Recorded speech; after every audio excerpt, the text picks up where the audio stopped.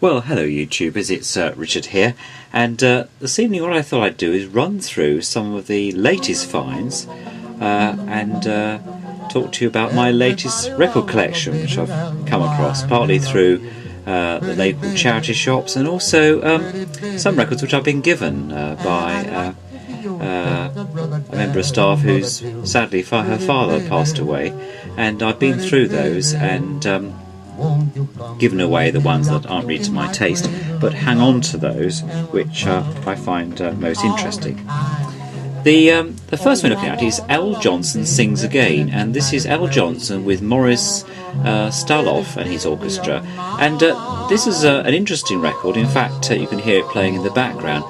I've never been a great fan of Jolson, to be perfectly frank and honest. However, I have warmed very much to this particular record, and the reason being, when I looked it up on eBay and also on YouTube, I've discovered that this is from the film which came out in about 1948, Jolson Sings Again, with a chap called, now it's on the back here, I wrote it down, Larry Parks. Now, Larry Parks played the part of Jolson in the film, Jolson Sings Again, and Jolson actually starred in it in sections. It sort of cuts to him and then cuts away from him. I understand from the various postings on there that he wasn't particularly well.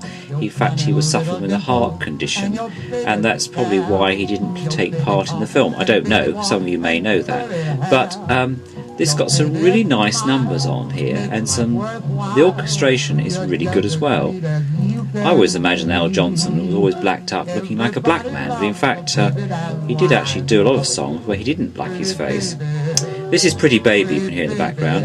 I'm looking over a four-leaf clover, Babyface, Give My Regards to Broadway is quite a nice number, and I'm Just Wild About Harry. And side two, After You Gone, Chinatown, My Chinatown, I Only Have Eyes for You, It's True What They Say About Dixie. So there's one Dixie number on there, but it's a very fine copy. I had to clean it up, it was quite dusty, and it sounds really nice. It's got a really nice sort of warm sound to it, and it came out in 1950, this particular one. So that's that one.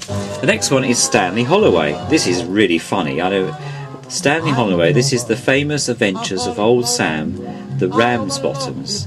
And these are records that have been reproduced on this 1950s 10-inch from way back in 1937 from 78s.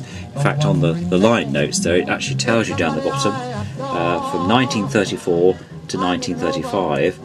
And some of them I remember hearing many years ago about going to the zoo, and Albert and was it Albert and the Eatman or something on there, Jubilee's Sovereign, and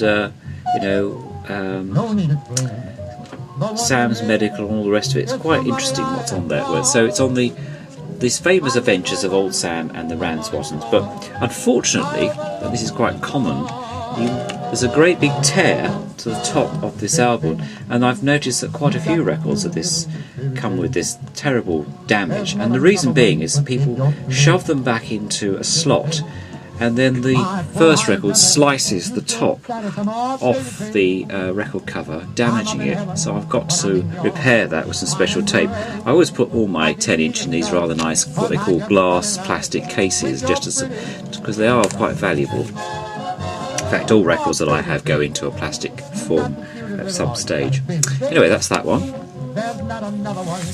Pat Boone, I'll See You in My Dreams. This is a very nice album. This is on the Raw record label, and I'm very fond of Pat. I've got several of his LPs, his early ones. A rather nice fetching picture of him in a rather nice leather coat there. Oops. And so I'll See You in My Dreams is one of the numbers on there. Ergo My Heart, Tammy, My Blue Heaven, Tennessee Waltz, Pictures in the Fire, and many others. And it's a really nice album, this one. Gives quite a few interesting liner notes on there too. Now, a slight change. This is on the Nexa label, High Fidelity Long Playing, Vaughan Williams, English Folk Song Suite, Fantasia on Green Sleeves, Norfolk Rhapsody, Fantasy on a Theme by Thomas Tallis. And it's by the Philharmonic Promenade Orchestra, conducted by none other than Sir Adrian Boult, and it is a very nice copy. So I'm rather fond of that. Lovely pastoral scene there. Loads of interesting notes on the back. Now, these are real gems, and this is the Glenn Miller on the Air. Now, I really like this one. This is when Glenn Miller himself, this is a set of 3. I've only got 2, but I've actually sent off for the 3rd one on eBay, which I got for about £6, which is really cheap. These are real gems, and Glenn Miller himself actually introduces the numbers taken at the Café Rouge in Pennsylvania and other places, and I just think live recordings are so wonderful. They just have spontaneity about them, and particularly, and he's actually singing on here. Well, he's not singing, he's playing on here. These were taken between 1940 and I think it goes right down, yes, most of them are 1940, and we've got some wonderful bits by Ray Elba as well singing on here, so it's a really lovely one. This one's called Glenn Miller the Stylist, and it says up there stereo. In fact, the transfer to stereo is actually okay. Some of these sound a bit tinny when they do that, because obviously these recordings are all made in mono, but you don't really notice it too much. In fact, you don't notice it at all, and I just love playing these. I've already played them about 4 times. This is volume 2, On the Air. This one's entitled Glenn Miller, the Leader, again from 1940, just before America entered the war. And some really lovely numbers on here. In fact, on volume 1, I think the one I like most of all is A Nightingale Sung in Berkeley Square, which of course is very famous, 1940, Café Rouge. In fact, I've got Paula Green on a 78 singing that. So it's a really nice album. I'm looking forward to volume 3, because they're a set of 3. So.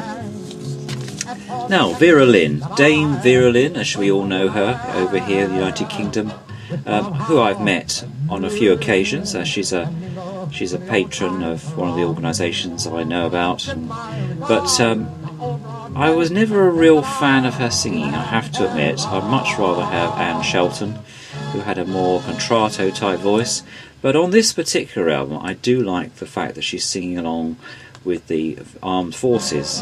It's a little worn in places. It's a 1950, early 60s copy, but Travelling Home, When Swallows Say Goodbye, Windsor Waltz, Forget Me Not, The Gathering of the Clans, Auf Wiedersehen, Yours, of course, was one of her favourite ones, Home Waltz, and of course We'll Meet Again, and then one of the most famous ones, From the Time We Say Goodbye. And Dame Vera always maintains that all her songs had hope in them. They're always slightly upbeat for the boys, as she called them, back home. So when you hear her songs coming over the wireless, you could relate to home life, and you'd know that the end was just around the corner, that things were going to get better. And I do believe that's what these songs portray. But she has a particularly nice voice on this particular album, so I'm really pleased to have it in my collection. It's in mono, but doesn't matter. So Vera's great chorus hits, here we are, and a very nice album it is too. This one you've seen before, so I'm not going to bore you with that. That's the El Boli, the Circle of El Boli. Now, this one I just loved when I saw this. Jazz Impressions of Eraser, the Dave Brubeck Quartet, and I just thought this was such a wonderful picture. It's Dave Brubeck with Pan Am. Of course, as we know, Pan Am doesn't exist anymore. The photograph was actually done with the Indian Tourist Board, and but I thought it was quite fetching there. It's interesting to note that recently, this is on the Fatona. Let me just open the inside up. There we go. I just want to show you something. Right, this is a chap called Joe Morello, who actually was the drummer with Dave Brubeck Quartet, and this is his obituary. He actually died age 82. This was in the Telegraph paper, which came out on the 14th. And in that little picture at the side there, you can see a picture of Dave, and he's the guy with the dark hair on the drums there. So it's quite interesting, interesting bit of his life. But I've kept that with the record. Louis Armstrong, I've Got the World on a String, and this is particularly nice on the World record label again. Very nice album. And on here, he's actually, it's a flip-back album, like all of them are. This is recorded in New York in 1959, with the orchestra conducted by Russell Garcia. When Your Lover Has Gone, You're the Top, and many others on there.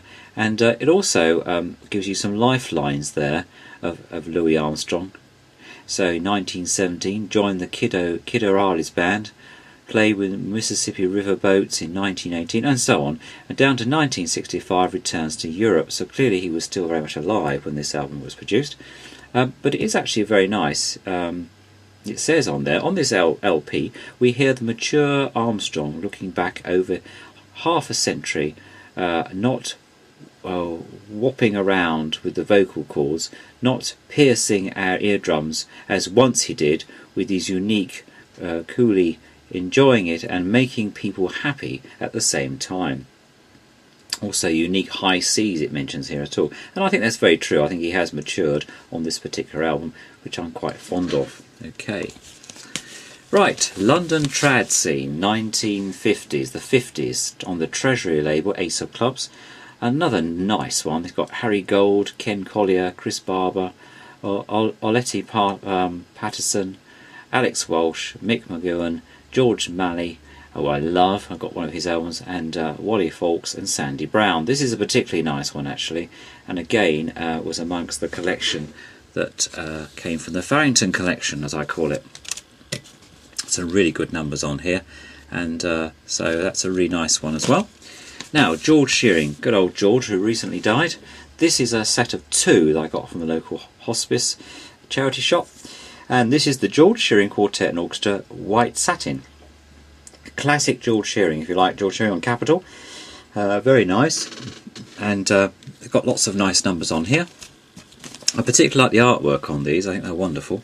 Your Name in Love, Dreams, Laura, There's a Small Hotel, Old Folks, Blue Mumba, and many others. And this is Black Satin, so these two I had to have together. And again, a fetching lady on the front there. Full spectrum of sound, it says on this. So, and again, a very fetching picture there.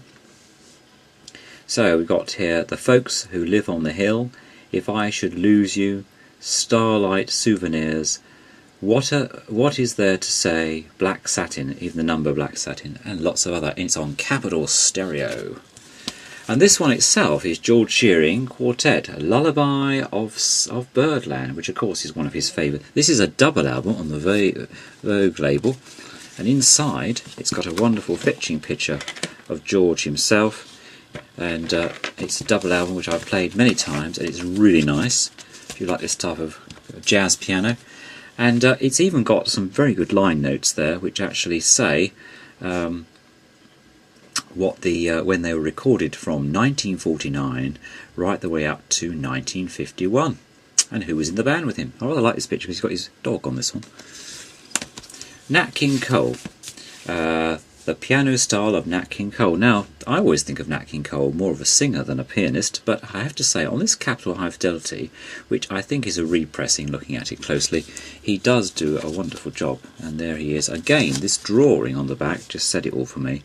We've got everything from here. I Hear Music, My Heart Stood Still, and there we go. Anyway, this is part 1, and see you on part 2.